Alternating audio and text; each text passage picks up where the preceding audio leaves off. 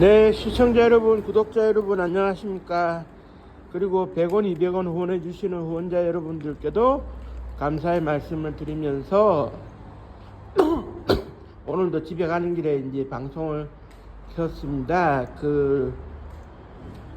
저도 솔직히 조회수가 많이 나오면 좋은 거 아니겠습니까? 그런데 이제 딱딱한 노트북 배경보다는 이렇게 집에 가면서 이제 골목길 도심지 배경으로 동영상을 촬영했을 때 시청률이 조금 더 오르더라고요. 그래서 집에 가는 길을 활용해서 이제 동영상을 또 이렇게 제작을 하고 있는데요. 우리가 근원적으로 물어볼 수 있는 것은 왜 우리는 친일파 청산을 못하고 반민특위가 이제 무너졌나, 이거를 살펴볼 때 저는 그 역사적 근원의 그런 책임이 이북의 김일성이한테 있다고 생각합니다. 이북의 김일성이 무슨 얘기냐? 우리가 이제 친일파 청산을 우리 정부에서 못했는데 그것이 왜 이북의 뜬금없이 김일성이 책임이냐? 저는 김일성이 책임이라고 생각을 해요. 그건 뭐 변하지 않는 사실이라고 생각하고, 그게 왜 그런지를 이제 지금부터 설명을 드릴게요. 뭐라고 할 수 있냐면 1945년 8월 15일 날 광복이 됐는데 경찰서에 찾아가서 막 난동을 부리는 조선인들이 많았어요. 그런데 이 사람들이 분노를 표출한 것이 일본 경찰들 아니었어요. 일본 경찰들이 도망가도록 냅뒀어요. 대신에 고등계나 사법계에 있으면서 같은 조선인으로서 조선인을 괴롭힌 친일 경찰들, 악질 경찰들, 악질 몰입애들, 대표적으로 이제 노덕술, 하팔랑 이런 사람들을 들 수가 있는데요. 이런 사람들을 때려 부수려고 쳐들어갔던 거예요. 그 정도로 민족적 반감이 심했으니까 친일파 청산은 당연한 기결이 아니겠느냐라고 봤어요. 그런데 1946년도에 남조선 과도 입법 의원이라고 있었어요. 그러니까 이제 남한만이라도 단독 정부가 수립될 때를 대비해서 기초적인 법들을 입법하는 입법 의원이 필요하다. 그래 미군 정청이 만들었고, 우사 김규식 선생, 그러니까 이제 임시정부의 부주석을 지냈던 우사 김규식 선생이 의장을 맡았는데, 여기에서 처음으로 채택된 안건이 반민족 행위자 처벌에 관한 특별법이었어요. 그래가지고 반민특위보다는 한 3년 먼저 그런 친일파 청산의 시도가 있었는데, 문제는 뭐냐? 미 군정청에서 공산화 방지를 위해서 데려다 써야 될 사람들을 친일로 처벌을 하면 이 공산화 방지에 대한 공백이 생기는 거 아닌가. 지금은 공산화 방지와 민주정부 수립이 우선이니 아직은 때가 아닌 것 같다 라고 해가지고 하지 중장이라고 미 군정청장이 거부권을 표시를 했어요. 오늘날 대통령이 거부권을 표시하듯이 표시를 해서 유야무야 됐는데, 48년 8월 15일 날 정부가 수립되고 이제는 늦출 수 없으니까 친일 청산을 해야 된다. 그래서 이제 그때 당시에 국회에서 어떻게 되느냐, 반민특위 반민족 행위자 처벌에 관한 특별위원회를 만들었는데, 그때 임시정부에서 문화부장을 역임했던 김상덕 씨가 반민특위 위원장이었죠. 그래서 배수의 진을 친 겁니다. 반민특위 설치에 관한 법을 이승만 대통령이 승인하지 않으면 다른 법안 통과도 줄줄이 보이콧하겠다. 그래서 이승만 대통령이 할 수 없이 이제 반민특위를 설치하도록 했는데, 문제는 반공의 최우선에 설 수 있는 기술자들, 이 기술자들이 다 잡혀가니까 이승만 대통령이 불안감을 느끼고 그러던 차에 이제 뭐랄까요, 그때 친일 세력을 옹호하던 사람이나 아니면 친일의 자유로서 없는 사람들이 중심이 돼가지고 반민특위를 습격하고 강제로 해체를 했죠. 그래서 이제 좀 주저앉았는데요. 하지만 어느 정도 일정 시기가 지나고 나라가 정착이 되고 안정이 되면 친일파 청산을 할 수 있는 기회는 있었습니다. 없었다고 보기는 힘들어요. 그런데 여기서 어떤 일이 벌어지느냐, 이렇게 되니까 이제 친일에 대해 가지고 원죄가 있는 친일파로 오늘날 분류될 수 있는 이 사람들은 분위기 전환을 시도하는 거죠. 국민들을 위해서 이제 반공을 무기로 국민들을 위해서 국민들을 위해서 이렇게 활약상을 모을 수 있는, 국민들의 마음을 돌려놓을 수 있는 기회가 필요한 겁니다. 그러던 차에 어떻게 되느냐, 김일성이가 한국전쟁을 벌인 거죠. 그래 한국전쟁을 벌였는데 반공이 무기였던 이 친일 세력들 중에서 군과 경찰에 포진되어 있던 사람들이 죽게 살기로 싸웠어요. 국민들을 위해서. 그러니까 어떻게 되겠습니까? 이 사람들한테는 기회가 온 겁니다. 과거 친일을 좀 이렇게 잠재우고, 친일을 했다 이런 문제들을 잠재우고 자기들이 반공을 무기로 내세워가지고 국민들을 지켜주고 국민들을 안심시킬 수 있는 그런 활약상을 모을 수 있는 기회가 왔다. 이 기회는 누가 만들어줬느냐? 침략을 한 김일성이가 만들어준 거죠. 그러니까 이제 한국전쟁이 끝이 났습니다. 나니까 어떤 이제 상황이 이제 전개되느냐? 그때 이제 부산에 분위기부터 이제 제가 많이 얘기를 들었는데, 뭐 이제 백선엽, 정일권, 이형근 같은 군의 이제 선참급들부터 해가지고 노덕술이다, 김창룡이다, 최연이다 하는 친일 경찰들, 친일 경찰 출신들, 친일 군인 출신들, 이 사람들을 미워할 수도 없고 터부시할 수도 없게 된 거예요. 한국전쟁 때 국가를 살리는 공이 있으니, 야, 이제 와서 솔직한 얘기로 이 사람들 친해가지고 책임을 묻기는 좀 그렇지 않느냐. 국가를 살려낸 사람들인데 하고 사람들이 이중적으로 생각을 하는 겁니다. 그러니까 사람들 머릿속에서 어떻게 되느냐, 극단적인 그런 친일파의 청산을 조금 주저하게 되는 겁니다. 그러니까 이제 친일파들의 입장에서는 자기들이 국민들을 위해서 일할 수 있는 기회가 없었는데 김일성이가 만들어준 거예요. 국민들을 위해서 일할 수 있는 기회를 얻어 걸린 거죠, 소위 말해서. 그러다 보니까 어떻게 되느냐, 3년이 넘는 시간 동안 전쟁을 벌이는 과정 속에서 국민들을 지키기 위해서 일을 하다 보니까 죽은 사람은 죽은 사람대로, 살아남은 군인 경찰들은 경찰대로 국민들에게 좀 어필을 할 수 있게 된 거예요.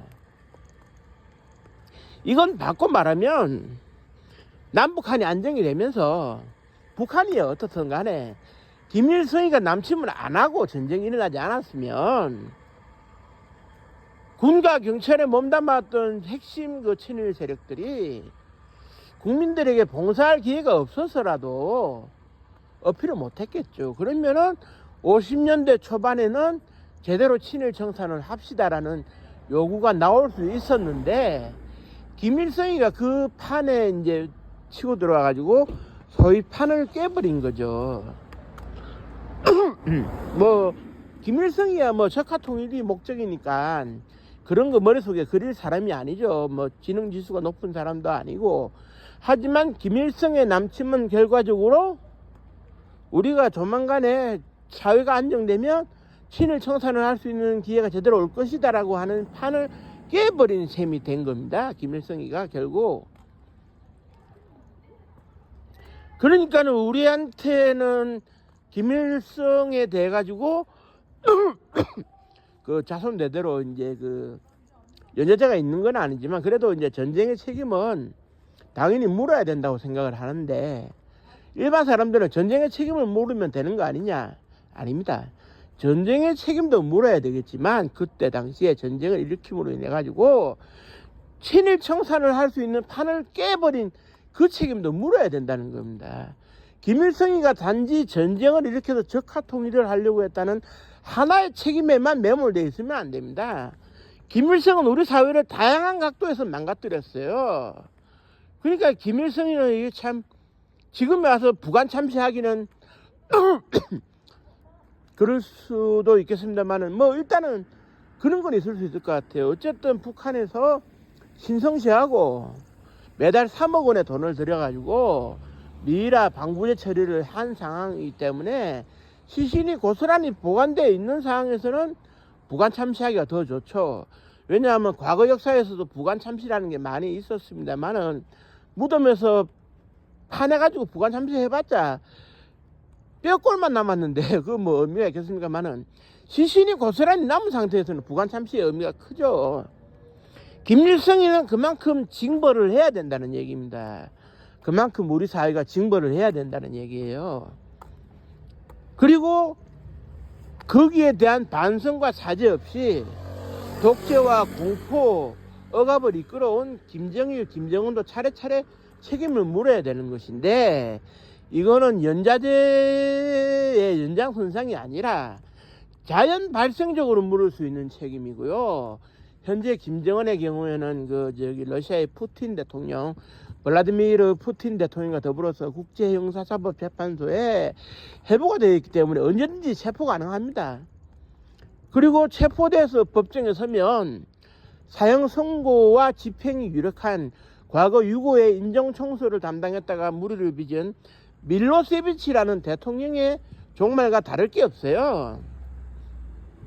물론 그 전에 국민적 저항이 일어난다면 누굽니까 영원한 대령으로 유명한 리비아의 카다피 같이 그렇게 비참한 운명이 될 수도 있는 것이고, 그러니까 결국에는 이렇게 김일성의 책임은 전쟁을 일으켜서 적화 통일을 하려고 했다는 하나의 책임만 물어서는 안 되는 것이죠. 모든 책임을 물어야 되는 겁니다. 모든 책임을.